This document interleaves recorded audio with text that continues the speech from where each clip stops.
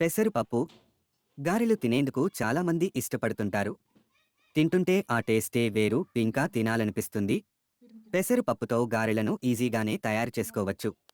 కావాల్సినవి ఏంటో, ఎలా తయారు చేయాలో ఇక్కడ తెలుసుకోండి.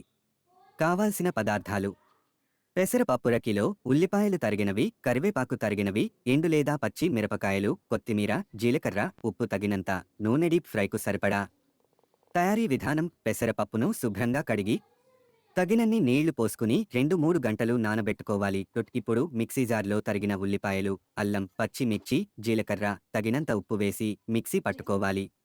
ఆ తర్వాత అదే జార్లో నానబెట్టిన పెసరు పప్పును మిక్సీ పట్టుకోవాలి. మరి మెత్తగా చేసుకోవద్దు. ఆ తర్వాత గిన్నెలోకి తీసుకోవాలి. ఆ తర్వాత పెసరు పప్పులో వేసి కలుపుకోవాలి. కరివేపాకు, కొత్తిమీర కూడా వేసుకోవాలి. ఇప్పుడు ఒక కళాయిలో నూనె పోసి వేడి అయ్యేంత వరకు వెయిట్ చేయాలి. పెసరుపప్పు మిశ్రమాన్ని గారెలుగా చేసి నూనెలో వేసి ఎర్రగా అయ్యే వరకు కాల్చుకోవాలి.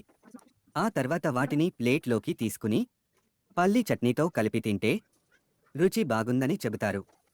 పెసరుపప్పు గారెలు ఉదయం అల్పాహారం లేదా సాయంత్రం స్నాక్స్ లాగా తినొచ్చు. కొత్తగా ఉంటుంది. ఇతర పప్పులతో చేసిన గారెల కంటే పెసరపప్పుతో చేసిన గారెలు త్వరగా జీర్ణమవుతాయి.